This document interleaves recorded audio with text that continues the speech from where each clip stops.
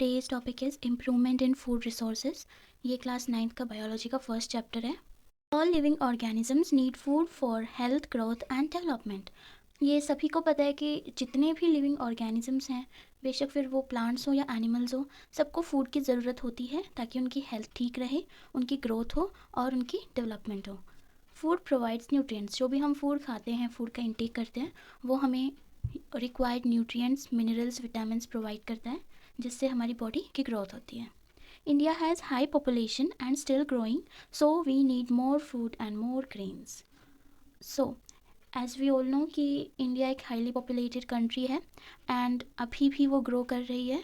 सो उनकी food needs को fulfil करने के लिए हमें बहुत फूड ग्रेन्स की ज़रूरत है. We need to increase efficiency of food production for both crops and livestock. मतलब हमें हमारी कंट्री को ज़रूरत है कि जितने एरिया में अब क्रॉप्स उग रही हैं, उसी एरिया में, उतने ही एरिया में हम उससे ज़्यादा क्रॉप्स उगा सकें और वो भी बेटर क्वालिटी के साथ. सो ये चैप्टर पूरा इसी पे बेस्ड है कि हम फूड को कैसे इम्प्रूव कर सकते हैं, फूड की क्वालिटी कैसे इंक्रीज़ कर सकते हैं एंड उसकी प्रोडक्शन को कैसे इंक्रीज़ कर सकते हैं. Next is green revolution. Green revolution एक प्रोग्राम था जो कि इंडिया में लॉन्च हुआ था to increase crop production. Program to increase production by modern technologies, improved seeds, proper irrigation, etc. यानी कि फूड प्रोडक्शन को इंक्रीज़ करने के लिए हमारी गवर्नमेंट ने ये प्रोग्राम लॉन्च किया था, जिसमें मॉडर्न टेक्नोलॉजी का यूज़ किया गया था एंड हाइब्रिडाइज सीड्स यूज़ किए गए थे ताकि क्वालिटी ऑफ फूड अच्छी हो एंड प्रॉपर इरीगेशन की गई थी. Then white revolution, programme to increase milk production. White revolution भी एक गवर्नमेंट प्रोग्राम था जिसके अंदर मिल्क प्रोडक्शन को इंक्रीज़ करना था. First topic is improvement in crop yield. यानी कि हम किसी भी खाने की, किसी भी सीरियल्स की, किसी भी फूड ग्रेन की क्वांटिटी को हम कैसे इंक्रीज़ कर सकते हैं. देन सबसे पहले तो टाइप्स ऑफ क्रॉप्स, क्रॉप कैसे कैसे होते हैं. सबसे पहले सीरियल्स होते हैं जो कि हमें कार्बोहाइड्रेट्स प्रोवाइड करते हैं और इसके एग्जांपल है rice, maize, wheat etcetera. Then seeds होते हैं, बहुत से ऑयल सीड्स होते हैं, for example mustard and nuts होते हैं जो कि हमें फैट प्रोवाइड करते हैं. देन पल्सेस प्रोटीन्स प्रोवाइड करती है एंड पल्सेस के एग्जांपल है lentil, pea, gram etceteras. And then vegetable, spices and fruits, ये हमें विटामिन्स एंड मिनरल्स प्रोवाइड करते हैं एंड एग्जांपल है carrot, pumpkin, chilli, oats, apple, mango etcetera. Next is crop season. किसी भी क्रॉप को ग्रो करने के लिए मेनली 2 सीजन होते हैं, एक तो खरीफ सीज़न एंड एक राबी सीज़न. सो खरीफ सीज़न होता है जून टू अक्टूबर का, जिसको रेनी सीज़न भी बोलते हैं एंड इसके अंदर ग्रो होते हैं black gram, rice, paddy etceteras. And rabi season winter season होता है from November to April and इसके अंदर ग्रो होते हैं wheat, gram, peas etceteras. Next is crop variety improvement. यानी कि हम किसी भी क्रॉप की वेराइटी, किसी भी क्रॉप की क्वालिटी को कैसे इंप्रूव कर सकते हैं. सो सबसे पहले तो कि ये होता क्या है, गुड एंड हेल्दी सीड्स. यानी कि हम हेल्दी एंड गुड क्वालिटी के सीड्स को यूज़ करके अपनी वेराइटी ऑफ क्रॉप इंक्रीज़ कर सकते हैं, उसकी क्वालिटी अच्छी कर सकते हैं. Then hybridisation. एंड हाइब्रिडाइजेशन क्या होता है, क्रॉसिंग बिटवीन 2 और more genetically dissimilar plants to produce a new variety with good properties. यानी कि इसके अंदर 2 या फिर 2 से ज़्यादा प्लांट्स की क्वालिटीज़ को ऑब्जर्व किया जाता है और फिर उनको जेनेटिकली जो कि डिसिमिलर होते हैं और उनको क्रॉस कराया जाता है ताकि इन सब की क्वालिटीज़ मिलके एक न्यू सीड, न्यू वेराइटी तैयार हो जिसके अंदर सारी गुड प्रॉपर्टीज़ हों. Next is properties of improved seeds. मतलब जो हमने हाइब्रिडाइजेशन कराई है उससे जो सीड फॉर्म हुआ है उसकी प्रॉपर्टीज़ क्या क्या होंगी. हायर यील्ड, यानी कि प्रोडक्टिविटी ज़्यादा होगी. देन इम्प्रूव्ड क्वालिटी, यानी कि वो उसकी क्वालिटी अच्छी होगी, जो क्रॉप प्रोड्यूस होगी उसकी भी क्वालिटी अच्छी होगी. देन वेराइटीज़ रेजिस्टेंस, जैसे कि पेस्ट कंट्रोल, उसके ऊपर कोई कीड़े नहीं लगेंगे. देन टेम्परेचर का इफ़ेक्ट रेजिस्ट हो जाएगा एंड अदर एबायोटिक एंडबायोटिक फैक्टर्स भी रेजिस्ट हो जाएंगे. देन वायरल अडेप्टेबिलिटी, जैसे कि अगर मान लो जो नॉर्मल एवरेज टेम्परेचर है किसी भी क्रॉप को ग्रो होने के लिए, उससे टेम्परेचर ज़्यादा या कम हुआ वो उसको अडेप्ट कर लेता है ताकि क्रॉप को कोई नुकसान ना हो. Next is crop production improvement. यानी कि हम क्या कर सकते हैं जिससे हमारी क्रॉप्स की क्वालिटी के साथ साथ क्वांटिटी भी ज़्यादा हो. सो इसके 3 मेन पॉइंट्स हैं. फर्स्ट इज़ न्यूट्रिएंट मैनेजमेंट, यानी कि अगर हम क्रॉप को प्रॉपर न्यूट्रिएंट्स प्रोवाइड करेंगे तो उसकी प्रोडक्शन ज़्यादा होगी. देन इरीगेशन, यानी कि अगर हम प्रॉपरली उसको रेगुलरली वाटर देंगे, क्रॉप्स को पानी देंगे, सो उसकी क्वालिटी एंड क्वांटिटी दोनों इम्प्रूव होंगी। देन क्रॉपिंग पैटर्न्स, यानी कि हम फील्ड में उस क्रॉप को किस तरीके से लगा रहे हैं, किस तरह से सॉ कर रहे हैं, किस तरह से लगा रहे हैं, ये भी बहुत इंपॉर्टेंट होता है। सबसे पहले nutrient management. Plant also like nutrients like carbon, oxygen, hydrogen, nitrogen, phosphorus, potassium, calcium, magnesium, sulphur, iron, manganese, boron, zinc, copper, chlorine, molybdenum etcetera, जिसमें से carbon and oxygen by air वो एब्जॉर्व कर लेते हैं। देन हाइड्रोजन एंड ऑक्सीजन उन्हें water से मिल जाती है, एंड ये बाकी के जितने भी एलिमेंट्स हैं वो सॉइल से एब्जॉर्व कर लेते हैं। नाउ क्वेश्चन इज दिस कि सॉइल के अंदर न्यूट्रिएंट्स कैसे आएंगे। तो न्यूट्रिएंट्स को सॉइल के अंदर लाने के लिए दो चीज़ें हम यूज़ करते हैं, मैन्योर्स एंड फर्टिलाइजर्स। तो सबसे पहले manure, it is a source of organic matter, यानी कि मैन्योर्स के अंदर कोई केमिकल्स यूज़ नहीं होते, ये ऑर्गेनिक ही होता है। Prepared by decomposition of animal excreta and plant waste, यानी कि जो भी एनिमल एक्सक्रीटा है, प्लांट वेस्ट है, सब्जियों के पील्स हैं, इन सबको डिकम्पोज करके मैन्योर फॉर्म होता है। And it requires in large quantity, यानी कि हमें ये नहीं है कि आप थोड़ा सा डाल दोगे तो पूरे न्यूट्रिएंट्स उन्हें मिल जाएंगे, थोड़ी क्वांटिटी के न्यूट्रिएंट्स के लिए मैन्योर की लार्ज क्वांटिटी लेनी पड़ेगी। देन मैन्योर्स दो टाइप के होते हैं, compost and vermicompost. Decomposed animal excreta, kitchen waste, plant remains, waste food etcetera, यानी कि इसके अंदर एनिमल एक्सक्रीटा भी होता है एंड जो किचन वेस्ट हो जैसे टी लीव्स, उसके बाद प्लांट रिमेन्स, फ्रूट्स के, प्लांट्स के जो पील्स होते हैं वो, देन वेस्ट फूड, इन सब को डिकम्पोज करके जो बनता है वो कंपोस्ट होता है। And vermi compost, compost prepared by using earthworms, मतलब कि जो कंपोस्ट के अंदर जो चीज़ें यूज़ हुई हैं वही वर्मी कंपोस्ट में होंगी, बस वो डिकम्पोजिशन अर्थवॉर्म्स की हेल्प से होगा।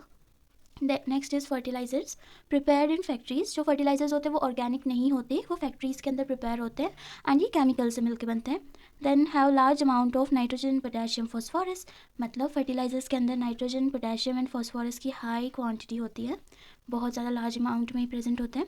रिक्वायर्ड इन स्मॉल क्वांटिटी, मतलब मैन्योर्स को तो हमें थोड़ी सी क्वांटिटी ऑफ न्यूट्रिएंट्स के लिए बहुत ज़्यादा मैन्योर की ज़रूरत थी, बट फर्टिलाइजर्स में ऐसे नहीं है, उसमें हमें थोड़ा सा ही स्प्रे करना होता है प्लांट्स में एंड इससे काम चल जाता है। Then they are easily absorb by plants. Fertilisers liquid form में हम स्प्रे करते हैं, सो वो प्लांट ईजिली एब्जॉर्व कर पाते हैं उनके न्यूट्रिएंट्स को। Next is irrigation, process of supplying water to crops. Crops के अंदर हम पानी देते हैं तो इसी प्रोसेस को इरीगेशन बोलते हैं एंड इसके मेनली 4 मेथड्स हैं। सबसे पहले वेल्स, वेल्स दो टाइप की होती है, dug well and tube well, block operated wells और पंप ऑपरेटेड। सो जो डग वेल होती है वो ज़्यादा अंडरग्राउंड नहीं होती है और वो बुलक को यूज़ करके भी उसके अंदर से पानी निकाला जा सकता है एंड पंप की हेल्प से भी। देन ट्यूबवेल्स, ट्यूबवेल्स बहुत ज़्यादा डीप होती है, ग्राउंड के बहुत ज़्यादा अंदर होती हैं एंड वाटर मोटर की हेल्प से लिफ्ट किया जाता है। नेक्स्ट इज़ कैनल्स, कैनल्स के अंदर जो वाटर आता है वो लार्ज रिवर से आता है एंड डायरेक्ट वो वाटर कैनल से फील्ड में ट्रांसपोर्ट किया जाता है। Then river lift, water directly taken from river through pumps, pumps use किए जाते हैं, अंडरग्राउंड पाइप्स लगाई जाती हैं और ऐसे कनेक्शन सप्लाई करके वाटर को फील्ड्स तक पहुंचाया जाता है। Then rain water harvesting, storing water of rain in tanks for later use, यानी कि जब रेनी सीजन होता है तो उस रेन वाटर को स्टोर कर लेते हैं टैंक्स के अंदर और उसको जब ज़रूरत पड़ती है तब उसको यूज़ करते हैं। Next is cropping patterns, so 3 main patterns हैं। First is mixed cropping, mixed cropping में सेम लैंड के ऊपर 2 या 2 से ज़्यादा क्रॉप्स को उगाया जाता है, फॉर एग्जाम्पल वीट एंड ग्राम। और ये इसलिए किया जाता है ताकि इसके अंदर वीड्स ना हो, एंड वीड्स क्या होते हैं, जो अनवांटेड प्लांट्स होते हैं हमारी क्रॉप्स के बीच में उग जाते हैं और क्रॉप्स के रिक्वायर्ड न्यूट्रिएंट्स को एब्जॉर्व करते हैं, उनके न्यूट्रिएंट्स का यूज़ करते हैं, सो उनसे प्रोटेक्ट करने के लिए भी। एंड इससे एक और फ़ायदा है कि हमें एक ही फील्ड में, एक ही लैंड पे, एक ही टाइम पे हमें 2 क्रॉप्स मिल जाती हैं। देन इंटरक्रॉपिंग, इंटरक्रॉपिंग में होता है कि इसमें भी सेम है कि एक फील्ड में 2 या 2 से ज़्यादा क्रॉप्स को लगाया जाता है, बट इसमें होता है कि एक रो फर्स्ट वाली क्रॉप की लगाई, देन सेकंड रो दूसरी क्रॉप की, देन थर्ड रो वापस से फर्स्ट क्रॉप की, सो ऐसे होता है, अल्टरनेट वे में लगाया जाते हैं इन क्रॉप्स को। Then crop rotation, growing different crop one after another on same field, जैसे कि फर्स्ट ईयर हमने अपनी फील्ड के अंदर वीट लगा दिया, देन नेक्स्ट ईयर ग्राम लगा दिया, देन नेक्स्ट ईयर वापस से वीट लगा दिया, सो ये क्रॉप रोटेशन होता है कि एक ही क्रॉप को हर साल नहीं लगाना चाहिए, क्रॉप्स को अल्टरनेट मैनर में लगाना चाहिए फील्ड्स के अंदर। अब क्वेश्चन आता है कि ऐसा क्यों, हमें क्रॉप रोटेशन क्यों यूज़ करनी चाहिए। सो इसके कुछ एडवांटेजेस हैं, जैसे कि सॉइल फर्टिलिटी इज़ मेंटेन, जैसे कि ज़रूरी नहीं है कि वीट एंड ग्राम दोनों को सेम न्यूट्रिएंट्स की ज़रूरत पड़े। सो जो न्यूट्रिएंट्स ग्राम को चाहिए वो उसे फर्स्ट ईयर में मिल गए, एंड जो वीट को जो न्यूट्रिएंट्स चाहिए वो क्रॉप में रह गए। इसकी वजह से ये होता है कि क्रॉप कभी भी डीफर्टाइल नहीं होता है, उसकी फर्टिलिटी मेंटेन रहती है। Then control pest and weeds, same यही है कि न्यूट्रिएंट्स तो प्लांट्स अब्जॉर्व कर लेगा, तो पेस्ट और वीड्स को क्या मिलेगा? क्रॉप रोटेशन से वीड एंड पेस्ट कंट्रोल भी होता है। Then several crops can be grown in succession with only one soil preparation, यानी कि हमें हर साल मैन्योर्स डालने की ज़रूरत नहीं पड़ेगी, एंड फर्टिलाइजर्स का यूज़ भी कम हो जाएगा, बिकॉज क्रॉप रोटेशन होती रहेगी, सॉइल की फर्टिलिटी मेंटेन रहेगी। सो ये बहुत हेल्पफुल है। Next topic is crop protection improvement, यानी कि हमने क्रॉप ग्रो कर ली या फिर हम ग्रो कर रहे हैं, या फिर ग्रो करने के बाद हमने स्टोर कर ली, सो उसको हम प्रोटेक्ट कैसे करें अदर ऑर्गेनिज्म से, और जो बाकी के एबायोटिक फैक्टर्स हैं लाइक मॉइस्चर, टेम्परेचर, इन सब से। सबसे पहले है कि पेस्ट कंट्रोल, हम ऑर्गेनिज्म से कैसे बचाएं अपनी क्रॉप्स को। Any paste that can harm crop while growing, सबसे पहले कोई भी पेस्ट हमारी क्रॉप को हार्म कर सकता है, जैसे कि कोई इंसेक्ट हो सकता है, कोई बर्ड्स हो सकते हैं, एंड कोई ऑर्गेनिजम्स हो सकते हैं। तो सबसे पहले वीड्स हैं। वीड्स क्या होते हैं? Unwanted plants that grow in crops and take their nutrients. So weeds unwanted plants होते हैं जो क्रॉप्स के बीच में ग्रो हो जाते हैं, और वो उनके न्यूट्रिएंट्स को इनटेक करने लगते हैं, जिससे क्रॉप की क्वालिटी में लॉस हो सकता है एंड क्वांटिटी में भी। Then second is insects, they can cut root, stem, leaf and suck cell sap. जो हमारा सेल सैप होता है वो उनके ऊपर फीड करते हैं, सो वो रूट्स को, स्टेम को, लीफ को कट कर सकते हैं, जिससे हमारी पूरी क्रॉप ख़राब हो सकती है। Then pathogens, any organism such as bacteria, fungi etcetera can cause disease in plants. Pathogens बहुत माइक्रो ऑर्गेनिजम्स होते हैं, जैसे कि बैक्टीरिया, फंगी, वायरस, एंड ये सब भी प्लांट्स के अंदर डिजीज़ कॉज कर सकते हैं, सो ये भी हार्मफुल है। देन स्टोरेज ऑफ ग्रेन्स, हमारी क्रॉप ग्रो हो चुकी है, हमने उसको कट कर लिया है, और अब उसकी स्टोरेज की बारी है। स्टोर होने के बाद क्रॉप को कौन अफेक्ट कर सकते हैं? Insects, birds, fungi etcetera can affect and destroy. जो इंसेक्ट्स हैं, बर्ड्स हैं, फंगी हैं, वो सब उनके ऊपर फीड कर सकते हैं और उसको डिस्ट्रॉय कर सकते हैं। After that moisture and inappropriate temperature भी क्रॉप्स को अफेक्ट कर सकता है, हमारी ग्रेन्स को अफेक्ट कर सकता है। And last topic, organic farming, farming with no और very little use of chemicals. Organic farming में हम सिर्फ ऑर्गेनिक मैटर का यूज़ करते हैं, लाइक मैन्योर, प्योर मैन्योर, और इसमें केमिकल्स का यूज़ या तो होता ही नहीं है, एंड इफ़ ज़रूरत पड़ती है तो बहुत कम यूज़ होता है, because they cause damage in soil fertility and pollution, क्योंकि जो केमिकल हैं वो सॉइल पोल्यूशन भी कॉज करते हैं, एंड उससे सॉइल फर्टिलिटी भी कम होती है। Animal husbandry, branch of agriculture, deals with feeding, caring and breeding of domestic animals. So animal husbandry का मतलब होता है कि जिसके अंदर हम domestic animals की केयर करते हैं, उनको फीड करते हैं और उनकी ब्रीडिंग कराते हैं, जिससे हमें भी बहुत प्रॉफिट्स होते हैं। सो सबसे पहले है कैटल फार्मिंग। सबसे फर्स्ट की इसका पर्पस क्या होता है, हम कैटल फार्मिंग क्यों करते हैं? First point is for milk, cow buffaloes हमें मिल्क देती हैं, इसके लिए। देन प्लॉगिंग फील्ड्स, ये आजकल तो नहीं पर पहले इनका प्लॉगिंग में काम बहुत होता था। Then bulk carts for transportation, ये भी आजकल तो बहुत कम लोग यूज़ करते हैं, बट पहले ट्रांसपोर्टेशन के लिए भी यूज़ होता था। Then breed of cows, milk animals वो होते हैं जो दूध देते हैं, मीन्स जिनकी दूध देने की कैपेसिटी और क्वांटिटी ज़्यादा है, और इसके एग्जांपल्स हैं ब्रीड्स के Gir, Sahiwal, Deoni etcetera. And next draught animals, जिनका मीट टफ होता है और ये बहुत लिटिल अमाउंट में मिल्क देते हैं, सो इनका as meat as food use होता है। सो इनके एग्जांपल्स हैं Malvi, Nageri, Hallikar etcetera. Lactation period क्या होता है? Period of milk production between birth of young ones and next pregnancy.